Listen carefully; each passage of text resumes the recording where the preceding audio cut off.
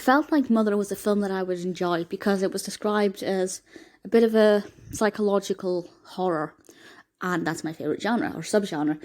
However, I didn't realise I'd like it quite as much as I did. Now, I have to say, I think I liked it more than most people, but the reception is still pretty great. It's got 6.6 out of 10 on IMDb. It's had 9 wins and an additional 41 nominations. It's still very well received. It's written and directed by Darren Aronofsky, and it was released in 2017, starring, of course, the fabulous Jennifer Laurence. And the description from IMDb is as follows. A couple's relationship is tested when uninvited guests arrive at their home, disrupting their tranquil existence. That's a very vague, very brief description of what this is actually about. It's so much deeper than that, but we very much get into the mind of Jennifer Lawrence's character, who is simply just called Mother.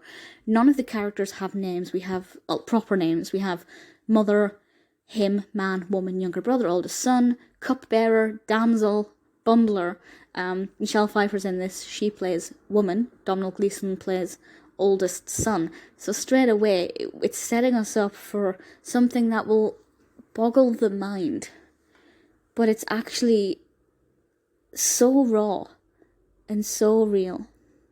And we basically spend the time inside the mother's mind, which I think is always going to be a pretty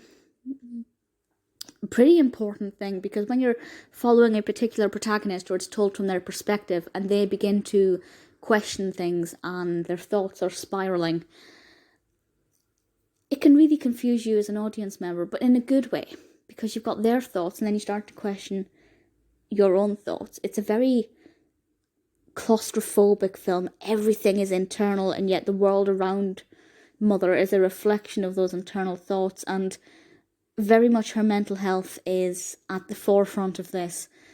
And I don't really want to say any more. I don't want to say more than that, because I don't want to spoil it. But I will say it's rated 18. And I think that should be an indication of how much this can play with the mind in a really, really fascinating way. One of the main things is that a lot of people have said, what is this about? There are various different interpretations. I haven't actually ever read what the director said it's about. And I'm not going to say what I think it's about, because I don't want to unravel too much. But there's obviously a lot of going on, and there's maybe a bit of rebirth, and obviously Mother being Mother, you can kind of imagine where that's coming from. There is a very strong, arguably very strong religious allegory here. But I think if you don't want to read into that, you can kind of ignore it and, write your own analysis and come up with your own theory. And I'd be very interested to hear what you perceive this film is trying to say. But definitely, I think the religion there is a very, very strong argument. And as for the awards, so as I said, it has 9 awards, which is obviously a fantastic achievement.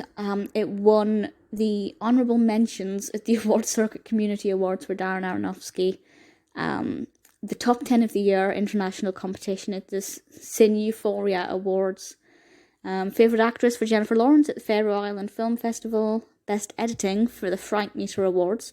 And the editing is amazing. Visually, cinematographically, this film is incredible. It is such a beautiful film to watch, as well as being very invasive into your own thoughts.